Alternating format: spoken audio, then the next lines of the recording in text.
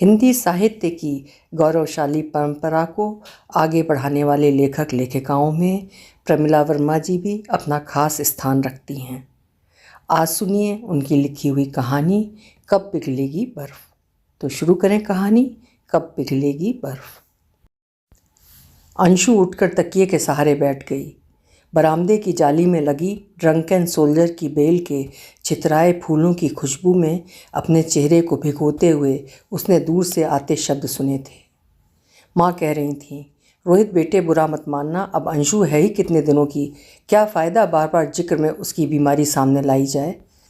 कम से कम हम उसे साइकोलॉजी ट्रीटमेंट तो दे ही सकते हैं ना, सच्ची झूठी खुशियाँ ही। कहते कहते माँ का रो पड़ना उसने स्पष्ट सुना।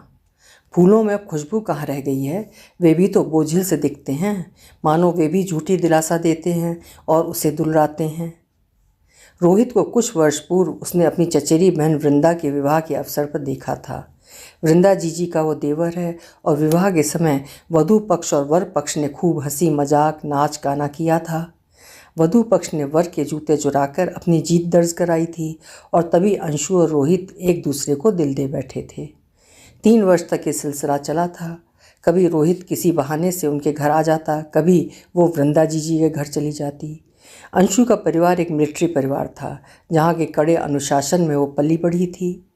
एमएससी करने के पश्चात उसने पीएचडी का रजिस्ट्रेशन करा लिया था। इतनी जल्दी पीएचडी का रजिस्ट्रेशन और मनपसंद टॉपिक के चयन की खुशी में वो समूची डूबी थी कि उसी दिन माँ को उसके टेबल क्लॉथ बदलते समय नीचे दबाकर रखी हुई रोहित की लिखी 4 लाइन की चिट्ठी हाथ लगी थी। क्या माँ इतनी कर्कशा भी हो सकती थी, जबकि वो एक मैच्योर लड़की है और अपने निर्णय लेने में सक्षम है। लेकिन माँ तो बिफरी पड़ी थी, जैसे रोहित कोई राह चलता अजनबी हो जिसे माँ जानती तक नहीं। अंशु, हमारा परिवार एक फ़ौजी परिवार है। तुम्हारे पिता, उनके पिता और उनके भी पिता सदा फ़ौज में रहे। तुम्हारे दादाजी के भाई ने दुश्मन की एक सैन्य टुकड़ी को विजय हासिल कराते हुए वीरगति पाई थी और उन्हें सेना का महत्वपूर्ण मेडल प्राप्त हुआ था। मैं भी कर्नल की बेटी हूँ। क्या तुम इस खानदान का अनुशासन और परंपराएं भूल गई? इतनी निम्न हरकत कर सकती हो, मुझे यकीन नहीं हो रहा। माँ सदा से कड़क अनुशासन में पली बढ़ी थीं और ऐसा ही उन्होंने इस घर को रखा था। उनका इकलौता बेटा सौरभ, उसका बड़ा भाई फौज में ट्रेनिंग ले रहा था। जानती हो, तुम्हारी शादी शिशिर से कभी की पक्की कर दी गई थी और वो ट्रेनिंग पूरी करके लौट रहा है, माँ ने कहा। और उसके लौटते ही शायद अगले महीने हम तुम्हारी सगाई करने जा रहे हैं। पिता हाथ में वो 4 लाइन की रोहित की लिखी चिट्ठी लिए खड़े थे। धिक्कार है अंशु, जिसका पिता कड़क ठंड में सीमा पर तैनात रहता था, जब जूते उतारता था तो बर्फ़ की वजह से पैर गले रहते थे। वो अपनी सभी इच्छाओं को मार लेता था। किस लिए? परिवार को खुशियाँ देने के लिए और देश की रक्षा के लिए। ऐसे मेजर विनोद सोलंकी की बेटी परिवार के आदर्शों को दरकिनार करके अपने लिए स्वयंवर ढूंढेगी, पिता ने अंशु से कहा। अंशु ये सब सुनकर भीतर तक टूट चुकी थी। ये कैसा आदर्श था कि वो अपनी मर्जी से नहीं जी सकती, उससे अपने माता पिता की मर्जी के अनुसार चलना होगा। क्या करे वो? घर के ऐसे वातावरण में वो अपने को असहाय महसूस कर रही थी। वृंदा जानती थी कि अंशु उसके देवर से प्रेम करती है। अंशु किसी भी पत्र का उत्तर रोहित को नहीं दे पाती थी, क्योंकि सारे पत्र अब माँ के हाथ में होते थे। अंशु की खामोशी से रोहित आशंका से कांप उठा था। उसने अपनी भाभी वृंदा से विनती की थी, भाभी प्लीज़ एक बार अंशु के घर जाकर पता लगाइए कि बात क्या है। वृंदा को अचानक सामने देख अंशु की माँ चौंकी नहीं, बल्कि समझ गई कि वृंदा रोहित की बात करने ही आई है। ताई जी, आप जानती हैं अंशु और रोहित? हाँ जानती हूँ। वृंदा अपना वाक्य पूरा भी नहीं कर पाई थी कि वे बोल पड़ी। मुझे यह हरकत घटिया लगती है। मैं इस विवाह के लिए कभी तैयार नहीं होंगी। अगर सिर्फ यही कहने आई हो तो तुम जा सकती हो, और यदि अपनी ताई ताऊ के घर आई हो तो सदैव की तरह तुम्हारा स्वागत है। ताई की कठोरता, उनकी कड़वाहट वो बचपन से जानती थी। पहले तो बाबा के दोनों बेटे साथ रहते थे, दोनों ही फौज में रहे। जम्मू कश्मीर के कुपवाड़ा में हुए हिमस्खलन में गश्त करते समय छोटे बेटे देवांश सोलंकी के पैरों पर एक हिमखंड आ गिरा था, जिससे उनके एक पैर को काटना पड़ा था। काफ़ी समय तक परिवार ने दुर्घटना का शोक मनाया और फिर सब कुछ ईश्वर की मर्जी मानकर सहन कर लिया। वृंदा के भाई की देहरादून में नौकरी लग गई थी, सभी वहाँ शिफ्ट हो गए थे। देवांश ने कभी अपनी मर्जी अपने बच्चों पर नहीं थोपी। दुर्घटना के पश्चात वे खामोश भी हो गए थे। वृंदा ने अंशु को बताया, ताई जी कभी नहीं मानेंगी, तुमको अपने आप को संभालना होगा। दोनों बहनें आपस में लिपट कर बहुत रोई थीं। वृंदा 2 दिन रहकर वापस लौट गई थी। रोहित अपनी भाभी का चेहरा देखकर ही समझ गया था कि अंशु उससे दूर, बहुत दूर कर दी गई है। अंशु अपने बाबा के घुटनों में सिर रख कर रो रही थी। बाबा कहीं खोए हुए थे। बोले, शायद वो 1984 की बात है, तुम्हारे पिता को सियाचिन भेज दिया गया था। ये सही है कि सियाचिन भेजे जाने वाले सैनिकों को बाकी के मुकाबले अधिक भत्ता, अधिक सहूलियतें दी जाती थीं। लेकिन सोचो बेटा, -45 डिग्री में ये लोग रहते थे। ना ही चिकित्सा की उचित व्यवस्था थी तब, ना ही संपूर्ण पौष्टिक आहार। ऐसे में एक सिपाही तो यही सोचेगा ना कि उसका परिवार उसके साथ है।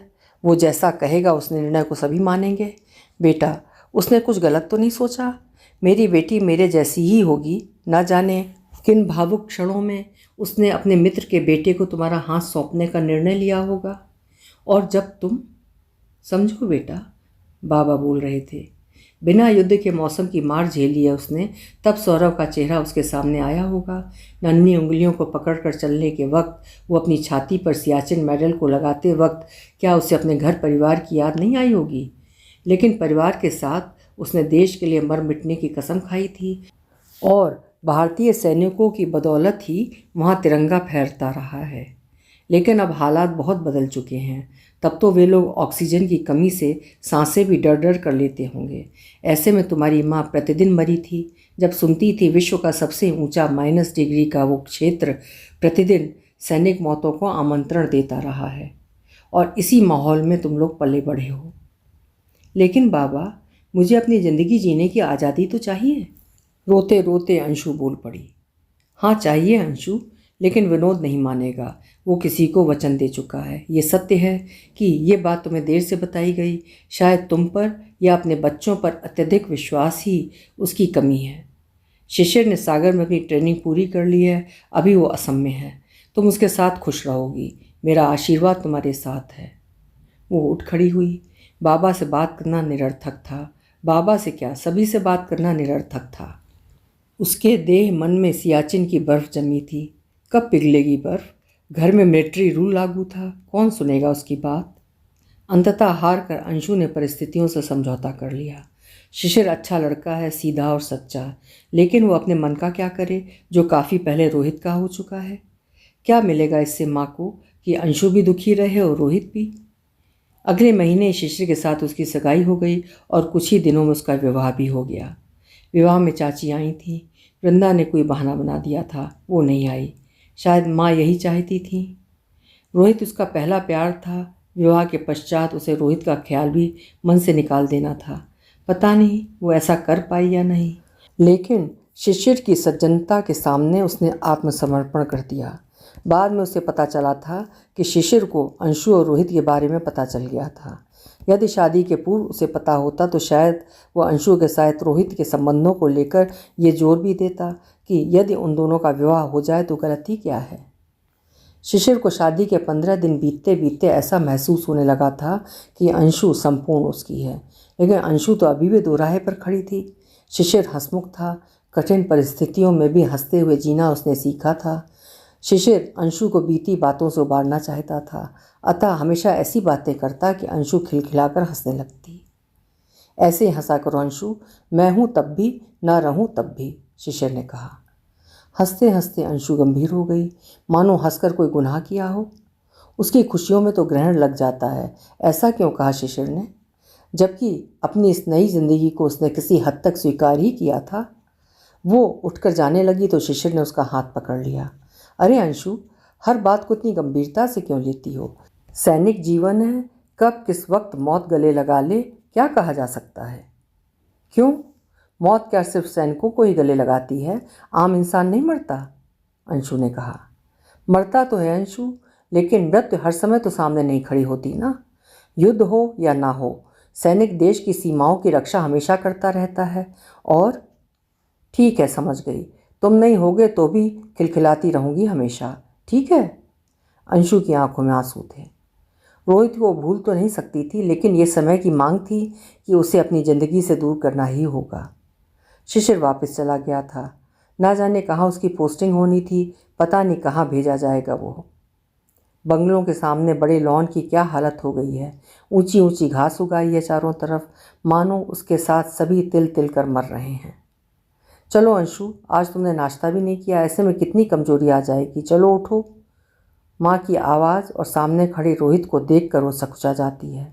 अचानक ही वे दिन सामने आ जाते हैं जब रोहित घर आता था और वो उसके लिए कई प्रकार के व्यंजन बनाया करती थी। तब माँ को यही पता था कि रोहित का इस तरफ टूर लगता है तो आता है, जबकि वजह टूर के साथ अंशु का प्रेम भी होता था। रोहित उसके बनाए विविध व्यंजनों की तारीफ करते थकता नहीं था। दोनों कभी छत पर तो कभी रास्तों पर, जो कि दोनों ओर से घने वृक्षों से घिरे रहते थे, उन पर घूमा करते थे। सामने रोहित खड़ा था। चाय पियोगी अंशु? नहीं, चाय मना है, कोई फ्रूट जूस दे देते हैं। माँ भी कमरे में आ गई थी। वो अपने ही घर में मेहमान बनी हुई थी। ना उठकर चाय बना सकती थी, ना ही बिस्तर पर स्वयं जाकर लेट पाती थी। हाथों में शक्ति नहीं थी, पैर भी कांप जाते हैं। सिर पर स्कार्फ बंधा हुआ है, सारे बाल कीमोथेरेपी के बाद झड़ चुके हैं। रोहित ने उसे बाहों का सहारा देकर उठाया तो उसकी आंखें छलक पड़ीं। माँ से ढेर सारी डांट पड़ने के बाद भी जिस लड़की की आंखें कभी गीली नहीं होती थीं, अब वही आंखें अक्सर छलक पड़ती हैं। रोहित ने उसकी ओर देखा तो हंस पड़ा। अरे ये क्या, मुस्कुराया करो। अरे मैं ना भी रहूं तो भी खुश रहना, शिशिर ने कहा था। सारी पीड़ा मेरे ही हिस्से में और हर हालत में मुस्कुराना है। शिशिर के वापस लौटने के बाद वो अपनी पीएचडी की पढ़ाई में जुट गई थी। उसने एक रिसर्च पेपर भी लिखा था जिसका प्रेजेंटेशन बड़ौदा में था। शिशिर को बताया तो बहुत खुश हुआ। मेरी अंशु व्यस्त है सुनकर मुझे बहुत अच्छा लगा। जब वो रिसर्च पेपर लिखने की तैयारी लाइब्रेरी में बैठकर करती तो उसने महसूस किया था कि उसको हल्के हल्के चक्कर आने लगे हैं। बड़ौदा में रिसर्च पेपर पढ़ने के बाद अपने साथ गए अन्य पीएचडी के विद्यार्थियों के साथ जब वो लौट रही थी तो वो बेहोश हो गई थी। सभी घबरा गए थे। शीघ्र ही उसे घर पहुंचाया गया तो माँ ने समझा कि यात्रा और पढ़ाई की अत्यधिक थकान है, लेकिन वैसा नहीं था।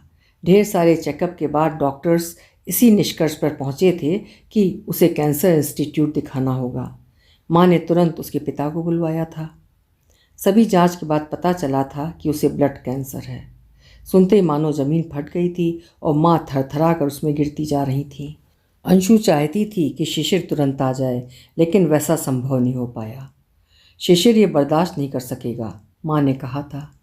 पिता बोले थे, वो फौजी है, सहन करना हमारी सर्विस है। और अंशु को भी बता दिया गया था कि उसे कौन सी बीमारी है। बीमारी की खबर शिशिर को पहुंचा दी गई थी। माँ अस्पताल में उसके पलंग के पायताने बैठकर रोई थीं। असहनीय दर्द की स्थिति में भी वो सुन पाई थी। माँ पापा से कह रही थी, जी लेने देते उसे उसके अनुसार, हमें क्या पता था ज़िंदगी इतनी छोटी है।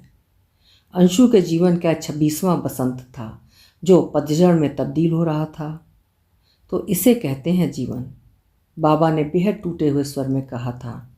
हम कब किस ओर से अनंत की ओर बढ़ जाते हैं पता ही नहीं चलता है।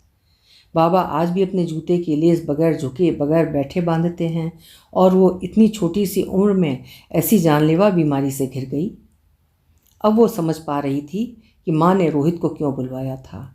उसके जीवन की बड़ी दुर्घटना, बल्कि अंत। माँ को चाहिए था जो उसे संभाल सके। सारे शरीर में असहनीय दर्द हो रहा था। सिर में बालों का नामो निशान नहीं, एक स्कार्फ बंधा हुआ सिर पर, आंखों के नीचे गहरे काले गड्ढे कि वो माँ की ओर दौड़ी थी। क्या हुआ माँ? शिशिर को बोलो ना, बोलो माँ। माँ के हाथ से फ़ोन का रिसीवर छूट गया था। वो थरथरा के गिरने लगी। जिस अंशु को सहारे की ज़रूरत थी वही माँ को सहारा देकर कुर्सी पर बिठा रही थी। माँ के दांत भिज चुके थे। बस उसने यही सुना था, क्या शिशिर? माँ को कुर्सी पर बिठाकर वो फ़ोन की ओर दौड़ी थी। फ़ोन कट चुका था। उसने पुनः उस नंबर को डायल किया, पूछा, क्या हुआ शिशिर को? उधर से सीनियर ऑफिसर की आवाज़ थी, शिशिर राणा अन्य 4 के साथ पेट्रोलिंग ड्यूटी से ही लापता है। परसों ही तो खबर आई थी कि कुछ अधिकारी छुट्टी पर भेजे जाएंगे, उनमें शिशिर का भी नाम था। शिशिर ने ही तो खुश होते हुए बताया था। नहीं, अब बारी थी माँ की कि वे अंशु को संभालें। बस उसी समय से सफ़ेद पड़ती अंशु व्हील चेयर पर आ गई थी। अंशु रोई नहीं थी। कितना क्रूर मजाक किया था ईश्वर ने उसके साथ। वो शिशिर की राह देख रही थी कि ज़िंदगी की ये 3-4 महीनों की लड़ाई वो शिशिर के साथ मिलकर लड़ेगी। मैं आ रही हूँ शिशिर, उसने अस्फुट शब्दों में कहा। शिशिर ने बताया था, हम 17,000 फुट की ऊंचाई पर हैं। यहाँ सिंधु नदी भी जम जाती है। हमें यहाँ नियंत्रण रेखा के पास तैनात किया गया है। मालूम है अंशु, हम रोज़ाना 4.5 किलो की राइफ़ल उठाकर पेट्रोलिंग करते हैं। यहाँ की ड्यूटी रोटेशन के हिसाब से बदलती रहती है। कभी हम रात में पेट्रोलिंग करते हैं, कभी दिन में। सचमुच चुनौती है यार। ऑक्सीजन की कमी में भी हमें यहाँ रहने की ट्रेनिंग दी जाती है। दूर दूर तक कहीं जीवन नज़र नहीं आता। नज़र आती है तो सिर्फ बर्फ़। शुरू में तो हम सभी को बहुत सिर दर्द होता था, लेकिन बाद में आदत बन जाती है। यार, कभी यहाँ मर गए और बर्फ़ में दब गए तो हज़ारों साल तक हम ऐसे ही तरोताज़ा रहेंगे। वहाँ से एक हंसी का ठहाका। वो भी रूठी रूठी सी हंसती थी। जब आऊँगा ना तो ढेरों बातें बताऊँगा। तुम मेरे हाथों की बर्फ़ को महसूस करना। मैं ढेर सारी बर्फ़ वहाँ से तुम्हारे लिए लाऊँगा। उसी बर्फ़ में वो जम गई थी। परंतु मृत्यु का दिन तो निश्चित होता है। सौरभ भी आ गया था। सभी सोच रहे थे कि आखिर ऐसा क्या हुआ कि इतनी असहनीय परिस्थिति सामने आ गई। रोहित ने पूछा था, अंशु के लिए क्या कहते हैं डॉक्टर्स? डॉक्टर्स के अनुसार चौथी स्टेज है, सौरभ ने कहा और पीड़ा से भर उठा। वो मुस्कुरा दी। सभी कुछ तो सुनाई दे जाता है उसे। अच्छा है, जीवन की सच्चाई उसे ज्ञात है। वैसे वो जीना भी नहीं चाहती। जब हाथ से सब कुछ फिसल जाए, रीति हथेलियाँ लिए वो क्या करेगी? आज उसके पेट में असहनीय पीड़ा थी। अस्पताल ने उसे घर भेज दिया था। ये सब नॉर्मल कहलाता है। खाने को कुछ ना दें, केवल जूस दे सकते हैं। मेरे बच्चे, विल पावर लगाओ, तुम ठीक हो जाओगे, पापा ने कहा। अब पापा, पेट में क्या विल पावर लगाऊं? फीकी और पीड़ा से भरी मुस्कुराहट के साथ उसने आंखें बंद कर ली थीं। 10 दिन सौरभ रहा। फिर उसने रोहित से कहा, मुझे जाना होगा रोहित, क्या तुम थोड़ा और रुकोगे? माँ अकेली पड़ जाती हैं। छुट्टी है क्या? छुट्टियाँ क्या, बस रुक लेंगे कुछ दिन और। अंशु को देख पाना और पहाड़ की सैर, ताई का बुलावा, यही सब सोच कर निकल पड़ा था। माँ, पिताजी, सौरभ सब कितने सहृदय होते जा रहे हैं। माँ का अनुशासनात्मक स्वभाव न जाने कहाँ गुम हो गया है। सौरभ के लिए पोलो नेक का स्वेटर बुनते हुए न जाने क्या सोचती रहती हैं कि जितना बुनती हैं उतना ही उधेड़ देती हैं। वो माँ का चीजना स्पष्ट देख पाती है। माँ ये भी सोचती हैं कि यदि रोहित के साथ विवाह हो जाता तो। आज रोहित पति रूप में उसे संभालने सामने तो होता। इतनी बीमारी में शिशिर का लापता हो जाना, जिसे मृत्यु ही माना जा रहा है, कैसे सह पाती है अंशु? बंगले में एक बियाबान सन्नाटा पसरा रहता था। सौरभ लौट चुका था। बाबा अपनी आराम कुर्सी पर अधलेटे क्षितिज में कुछ ढूंढते रहते थे। पापा ही आकर उनका चश्मा उतार कर बाजू की तिपाई पर रख देते तो पाते कि वे सोए नहीं हैं, बल्कि अर्ध निद्रा की अवस्था में हैं। उनके सीने पर से अखबार उठाकर लपेट कर वे रख देते। कितनी बार बाबा ने अपने जाते हुए बेटे का हाथ पकड़ा है, मानो कह रहे हों, क्या होगा बेटा? बेटा हाथ की पकड़ छुड़ाकर उनका हाथ थपथपा देता। कितनी लाचार हो जाती है ज़िंदगी जब हम कुछ कर ही नहीं पाते। अपनी लड़ाई स्वयं लड़नी पड़ती है। सौरभ ने जाते हुए कहा था, जल्दी ही आऊँगा अंशु, तुम अपने प्रति पॉजिटिव रहना। थीसिस पूरी करनी है ना? रोहित, मैं थीसिस सचमुच पूरी करना चाहती हूँ, उसने बगैर पलक झपकाए कहा। सौरभ जा चुका था। थीसिस को लेकर उसके मन में एक उमंग जागी और तुरंत बुझ गई। व्हील चेयर डाइनिंग टेबल के नज़दीक की रोहित ने प्लेट में खाना परोसा और खाने लगा। अंशु के कांपते हाथों में जूस का गिलास थमा रोहित ने कहा, खुद पीना है अंशु, दूसरों पर डिपेंड होना छोड़ो, ज़िंदगी को खुशनुमा तरीके से देखो। अच्छा हाँ, तुम्हारे लिए कुछ अच्छी कविताएं छाटी हैं, विदेशी लेखकों की हैं, कुछ अनुवाद तो मैंने ही किए हैं तुम्हारे लिए, सुनोगी ना? उसने स्वीकृति में आंखें बंद करके खोल दी। तकिए के सहारे पलंग पर वो टिक कर बैठ गई। काश सामने शिशिर होता, उसके हाथों की बर्फीली ठंडक को महसूस करती। कितना कुछ सुनना कहना था शिशिर से। जब रोहित को बुलाना आसान नहीं था, तब शिशिर सामने था, और आज जब वो शिशिर का साथ चाहती थी तो रोहित सामने है। माँ अपने आप को अपराधी मानती है, क्या पता रोहित से विवाह हुआ होता तो अंशु की मृत्यु टल जाती और उधर शिशिर की मृत्यु भी टल जाती। माँ धार्मिक तो थी ही, लेकिन ऐसा भी सोचने लगी थी। अब नहीं गिरेंगे आंसू, सोचकर उसने आंखें खोल दी। माँ भी पास आकर बैठ गई थी। कविताओं में दर्द था। मृत्यु की आहट को नकारती कविता जीवंत हो उठी थी। भावुकता से वो बार बार भर उठती। कितनी कमजोरियां हैं इस संसार में जूझने के लिए, पाने के लिए कितनी राहतें हैं, दिलासाएं हैं, और लड़ने को मनुष्य कितना अकेला। कहाँ लापता हुआ होगा शिशिर अपने 4 अन्य साथियों के साथ? क्या किसी गहरी बर्फीली घाटी में वे लोग गिरे होंगे, या गिरकर सिंधु के जल में जम गए होंगे? कहीं कोई पता नहीं। एक एक जगह उन 5 फौजियों के लिए ऐसी खंगाली गई मानो किसी नहर को पूरा खाली किया गया हो। कितना कुछ हो जाता है बगैर युद्ध के भी सैनिकों के साथ, जहाँ पारा -40 डिग्री तक होता है। सख्त ट्रेनिंग में और इस मौसम के अनुकूल अपने को बनाने में एक लंबा वक्त, अंशु से लंबा भी हो। और जब छुट्टियां स्वीकृत हुईं, शरीर उस मौसम के अनुकूल ढला तो सब कुछ खत्म। हथेलियां तो गर्म होती हैं शिशिर, लेकिन मैं तो उन परिस्थितियों में ठंडी हुई हथेलियों को महसूसना चाहती हूँ। उस जज्बे को चूमना चाहती हूँ जो तुम्हारे भीतर था शिशिर। और अगर अचानक लापता शिशिर किसी दिन सामने आकर खड़ा हो जाए, लेकिन वो तो होगी नहीं। बाबा ने एक बार बताया था, उनके पिताजी विश्व युद्ध में लड़े थे। तब तो हम अंग्रेजों के गुलाम थे। वे खंदकों में तैनात थे। हर दिन तड़के सुबह संपूर्ण खंदकों में स्टैंड 2 किया जाता था। तब अधिकारी अपने सैनिकों का मुआयना करते और सैनिक अपनी राइफल पर तैयार रहते थे, क्योंकि आम तौर पर यह भोर का समय होता है जब दुश्मन हमला बोलता था। यही तरीका शाम को सूरज ढलने भी किया जाता था।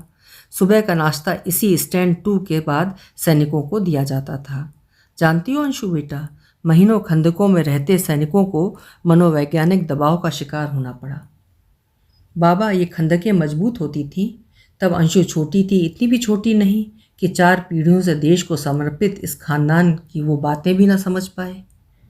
हाँ, खंदकों को मजबूत बनाया जाता था जिससे दुश्मन को इन्हें पार करने में कठिनाई का एहसास हो, और ये सब हम भारतीयों का दिमाग होता था। अंग्रेज तो बंदूक ही चलाते थे। बाबा ने ही बताया था कि जब उनके पिताजी घर लौटे थे तो लंबे समय तक बहुत बीमार रहे। माँ को संतोष था कि वे घर लौटे हैं। अपना निश्चल प्यार, उनकी शारीरिक सेवा करके माँ ने उन्हें वापस शक्ति दी थी। बेटा, औरत ही पुरुष की शक्ति है। पुरुष की अनुपस्थिति में वो घर का मोर्चा संभालती है। देश की लड़ाई में स्त्री पुरुष दोनों का बराबर का योगदान होता है। अंशु ने रोहित को खोकर भी शिशिर के प्रति ईमानदार रहने की कोशिश की थी। उसने सोचा था वो शिशिर को सुख सुकून देगी। शिशिर ने तब कहा था कि वो उसे वियतनाम ले जाएगा, जहां आज भी खंदकों की लड़ाई के अवशेष हैं। जब उसने खंदकों की चर्चा उससे की थी, लंबे चौड़े भविष्य के सपने तो दोनों ने नहीं संजोए थे, परंतु सही ढंग से जीना तो चाहा ही था। कहाँ खो गई? रोहित ने पूछा। नहीं, कहीं नहीं, अंशु ने कहा। ना वो अपने लिए, ना ही शहीद हुए अपने पति के लिए वो ठंडी सांसें नहीं भरेगी। एक बात कहूँ अंशु? रोहित ने पूछा। हाँ कहो। मृत्यु की इतनी प्रतीक्षा क्यों कर रही हो? मृत्यु तो एक कटु सत्य है। फिर जिंदगी से मिले चंद दिन क्यों उस मनहूस के आगमन की प्रतीक्षा की जाए? सच कहते हो रोहित। फिर प्रॉमिस करो कि खुश रहोगी। प्रॉमिस रोहित, प्रॉमिस तो शिशिर ने भी किया था कि वो शीघ्र आएगा। प्रॉमिस तो हमने भी एक दूसरे को किया था। आंखें डबडबा आई थी उसकी। रोहित ने उसके माथे का चुंबन लेते हुए कहा, पगली, यही तो कटु सत्य है। रोहित, मैंने किसी के साथ क्या गुनाह किया था जो सब कुछ मुझसे छिन गया? शिशिर छिन गया, मैं अपने आप से छिन गई, बाकी कुछ है? वो निशब्द रो रही थी और रोहित उसके रक्त विहीन ठंडे हाथों को अपनी हथेलियों में थामे बैठा था। कमरे में ईश्वर की बनाई इस दुनिया में शून्य पसरा पड़ा था। माँ कभी की उठकर जा चुकी थी। क्या रोहित कुछ दिन और नहीं रुक सकते? माँ तो मेरे साथ हर पल मर रही हैं, तुम रुक जाओ, मुझ में शायद जीने की जिजीविषा जगेगी। रोहित हैरत से उसको देखता रह गया। नहीं रुक पाया वो। जानता था उसके रुकने से अंशु उस कठिन समय को पार नहीं कर पाएगी। दूर ढलवां पगडंडी पर रोहित अपना बैग लटकाए जाता दिख रहा था। वो बरामदे में व्हील चेयर पर बैठी रोहित को जाते देखती रही। रोहित की आंखों में जमा हुआ बर्फ पिघल रहा था। नहीं, रोने की, अपने आप को दी सांत्वना बार बार टूट रही थी। वो हथेलियों में चेहरा छुपाए स्तब्ध बैठी रह गई। अभी आप सुन रहे थे प्रमिला वर्मा जी की लिखी हुई कहानी कब पिघलेगी बर्फ। कल मिलेंगे फिर किसी नई कहानी के साथ। आप खुश रहें, स्वस्थ रहें। धन्यवाद।